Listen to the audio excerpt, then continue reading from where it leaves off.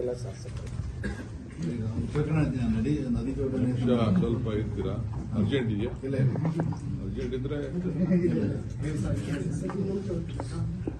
ಇದ್ರ ಜೊತೆಗೆ ನಮ್ಮ ಸ್ಥಳೀಯ ಶಾಸಕರು ಮತ್ತು ಮಂತ್ರಿಗಳೆಲ್ಲ ಸೇರಿ ಈ ಜಿಲ್ಲೆಯ ಅಭಿವೃದ್ಧಿಗೆ ಈಗಾಗಲೇ ನಾವು ಬೇಕಾದಷ್ಟು ಹಣ ಕೂಡ ತಂದಿದ್ದೇವೆ.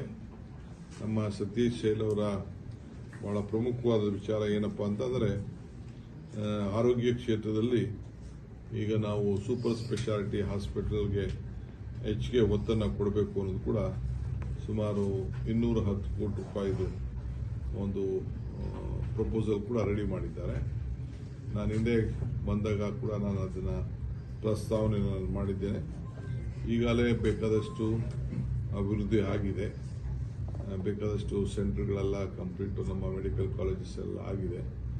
ಇನ್ನು ಎಲ್ಲೆಲ್ಲಿ ಕೆಲವು ಅನ್ಫಿಟ್ ಬಿಲ್ಡಿಂಗ್ ಎಲ್ಲ ಹೊಡೆದಾಕ್ಬಿಟ್ಟು ಹೊಸದಾಗಿ ಮಾಡಿ ಕೂಡ ಈಗಾಗಲೇ ಯೋಜನೆ ಕೂಡ ತಯಾರಾಗ್ತಾ ಇದೆ.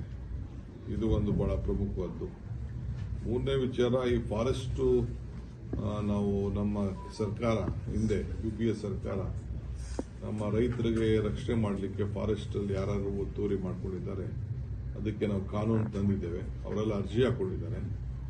75 ವರ್ಷ ಅಂತ ಹೇಳಿ ನಿಗದಿ ಆಗಿದೆ. ಯಾರು ಗಾಬರಿ ಏನು ಮಾಡ್ಕೋಬೇಕಾದಿಲ್ಲ.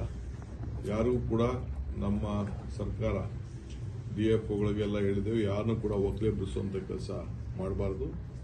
ಪಂಚಾಯತಿಲೇನೆ ಅದಕ್ಕೆ ರೆಸಲ್ಯೂಷನ್ ಮಾಡಿ 3 ತಲೆಮಾರಿನಿಂದ ಇದ್ದಾರೆ ಅಂತೇಳಿ ಸರ್ಟಿಫಿಕೇಟ್ ಕೊಟ್ಟರೆ ಅದಕ್ಕಿಂತ ದೊಡ್ಡ ಸರ್ಟಿಫಿಕೇಟ್ ಏನು ಅವಶ್ಯಕತೆ ಇಲ್ಲ.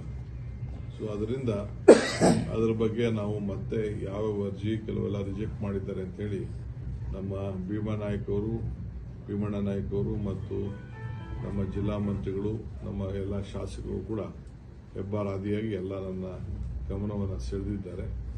ಸೊ ಆ ದೃಷ್ಟಿಯಿಂದ ಎಲ್ಲ ನಮ್ಮ ಯಾರು